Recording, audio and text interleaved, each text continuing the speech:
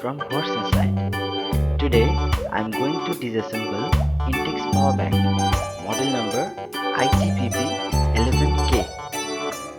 This power bank is equipped with 5 18650 lithium-ion batteries. You will get two 5V 2.1 amp and one 5V 1 amp USB output port for charging your electronic device, and one LED torch, and of course one micro USB port for charging the power bank.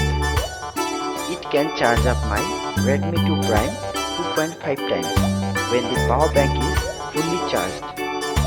My Redmi 2 Prime has a 2200 mAh battery. This power bank takes 7 hours to be fully charged. This power bank is little bit heavy to carry. Without doing any further delay, let's disassemble it and